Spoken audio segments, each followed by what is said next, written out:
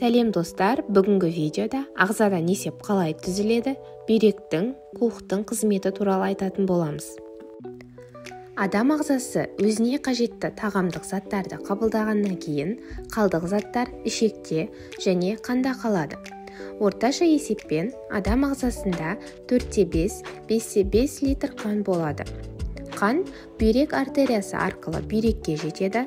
Сау бүйрек үнемі әр минут сайын жарты стакан қанды тазартып, қандағы қалдықтарды, токсиндерді және артық суды алып тастайды.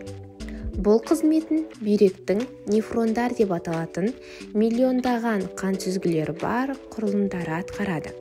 Нефрондар өте кішкентай, оларды тек микроскоп көмегімен көруге болады.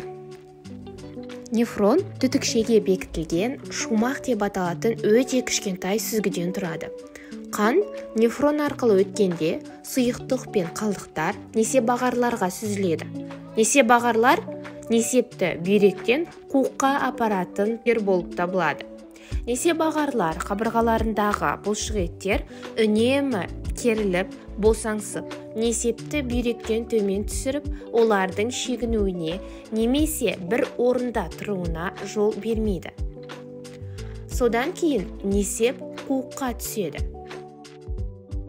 Қуық қабырғалары босаңсып, зәрді сақтау үшін кеңейіп, зәрді шығаруды бақылайды.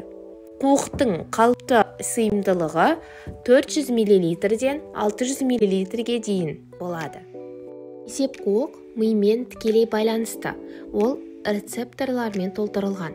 Қуықтың көзге көрінбейтін сызығы сіздің миыңызға қуықтың қаншалықты толы екенін айтады. Қуық толы болған кезде нервтер, яғни жүйке жүйесі адамға зәр шығару уақыты келгенін ескертеді. Сонымен қоса ми сфинктердің бұлшықеттеріне босаңсу туралы сигнал береді. Осылайша несеп олардың несеп шығару өзегі арқылы қуықтан шығады.